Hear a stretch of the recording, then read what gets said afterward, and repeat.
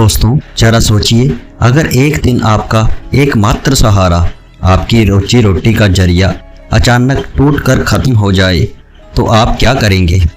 आज की कहानी है अरुण की, जिसकी नाव ही उसकी दुनिया थी। लेकिन जब वह नाव टूटी तब उसने सीखा कि कभी कभी भगवान हमारी छोटी सी नाव इसलिए तोड़ते हैं ताकि हमें बड़ी मंजिल तक पहुंचाया जा सके। गंगा के शांत किनारे पर अरुण नाव खेकर लोगों को पार पहुंचाता था। उसकी पुरानी लकड़ी की नाव ही उसका सब कुछ थी। उसी से परिवार का पेट भरता था, उसी से उसके बच्चों की किताबें आती थी। लेकिन उसी गांव में लोग अक्सर कहते, अरुण तू हमेशा नाव ही खेता रहेगा, कभी कुछ और करने की सोचेगा।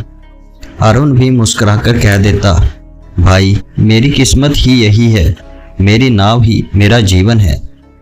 उसे नहीं पता था कि भगवान उसकी इस सोच को जल्द ही बदलने वाले हैं।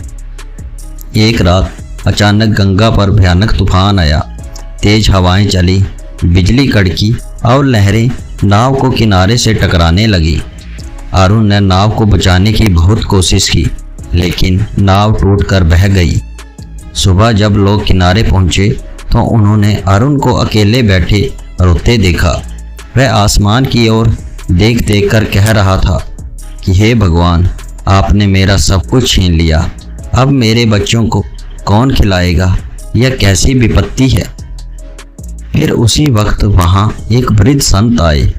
उनके चेहरे पर अपार शांति थी। हाथ में लकड़ी का दंड और माथे पर सफ़ेद भस्म थी।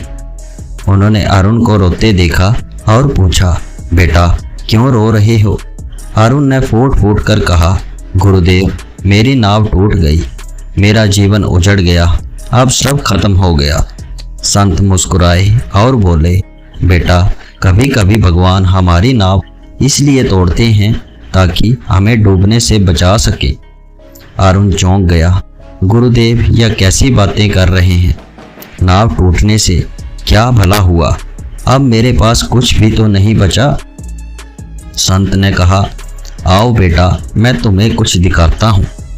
उस रात वे अरुण को नदी के दूसरे किनारे पर ले गए। चांदनी में गंगा का जल उफान मार रहा था। संत ने इशारा करके कहा, देखो अगर तुम्हारी नाव होती और तू उसमें यात्रियों को बिठाकर इस तूफानी नदी में उतारता तो आज कितने लोग डूब जाते।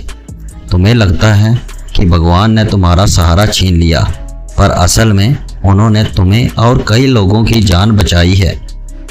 अरुण सुन रह गया, उसकी आंखों में आंसू आ गए। गुरुदेव तब क्या सच में यह विपत्ति मेरी रक्षा थी। संत बोले, हाँ बेटा यही तो भगवान की योजना है। इंसान अक्सर छोटी हानि देखकर रोता है, पर नहीं जानता कि उसके पीछे बड़ी भलाई छिपी होती है। कुछ ही दिनों बाद गांव में एक व्यापारी आया। उसे नदी पार करने के लिए मजबूत नाव और भरोसेमंद नाविक की तलाश थी। गांव वालों ने उसे अरुण का नाम सुझाया। यह भले ही नावहीन हो गया हो, पर इसका हुनर सबसे बेहतर है। व्यापारी ने अरुण को काम पर रख लिया और नई नाव बनवा कर दी। यह नाव पुरानी से कहीं बड़ी और मजबूत थी। अब अरुण पहले से ज़्यादा यात्रियों को पार पहुंचाने लगा और पहले से ज़्यादा पैसे कमाने लगा। फिर अरुण दौड़ते हुए एक दिन संत के पास पहुंचा। वह उनके चरणों में गिर पड़ा और रोते हुए बोला, गुरुदेव अब मैं समझ गया, अगर मेरी पुरानी नाव टूटती नहीं तो मैं कभी इस नई राह पर नहीं आ पाता। भगवान की योजना सच में हमारी सोच से कहीं ऊंची होती है। संत मुस्कुराए और बोले, बेटा याद रखना, जब जिंदगी तुम्हारी छोटी नाव तोड़े तो दुखी मत होना। हो सकता है किनारे पर तुम्हारे लिए बड़ी और मजबूत नाव इंतजार कर रही हो। दोस्तों इस कहानी का सार भी यही है कि विपत्ति कभी भी अंत नहीं होती, बल्कि नई शुरुआत की भूमिका होती है।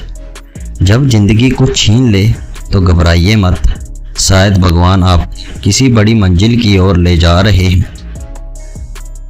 दोस्तों टूटी नाव मत रो, हो सकता है भगवान तुम्हें समुद्र पार कराने वाले जहाज देने वाले हों। दोस्तों, जैसा कि हर बार कहानी के अंत में मैं आपसे कहता हूँ, अच्छे कर्म करिए, अपने बूढ़े माँ बाप की सेवा करिए। और ये कहानी अच्छी लगी तो वीडियो को लाइक करें, अपने परिवार दोस्तों के साथ शेयर करें और कमेंट करके ज़रूर बताएं कि कहानी कैसी लगी। और ऐसी ही और कहानियों के लिए इस चैनल को भी सब्सक्राइब करें। आपका समय शुभ रहे। धन्यवाद।